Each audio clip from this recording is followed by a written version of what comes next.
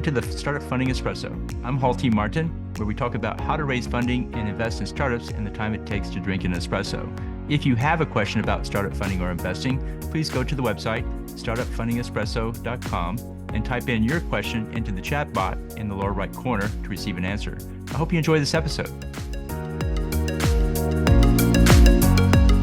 Hello, this is Hall T. Martin with the Startup Funding Espresso, your daily shot of startup funding and investing.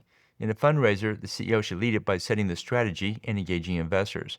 This doesn't mean the CEO must do everything by themselves. It does mean that the CEO does the pitching and investor follow-up. CTOs and CFOs can be helpful, but not by pitching the investor. The investor wants to hear from the CEO as they want to know more about them. Can they communicate well? Do they have a clear vision? Do they know their business well enough to cite the growth numbers? And what is their story? Do they have all the key elements lined up to be successful, such as a great team, a solid product, and a large target market?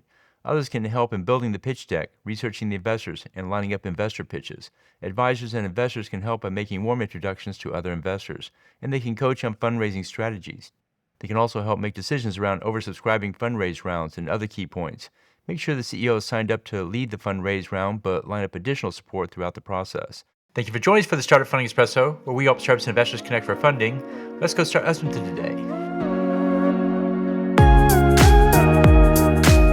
Hall T. Martin is the director of Investor Connect, which is a 501c3 nonprofit dedicated to the education of investors for early stage funding. All opinions expressed by Hall and podcast guests are solely their own opinions and do not reflect the opinion of Investor Connect.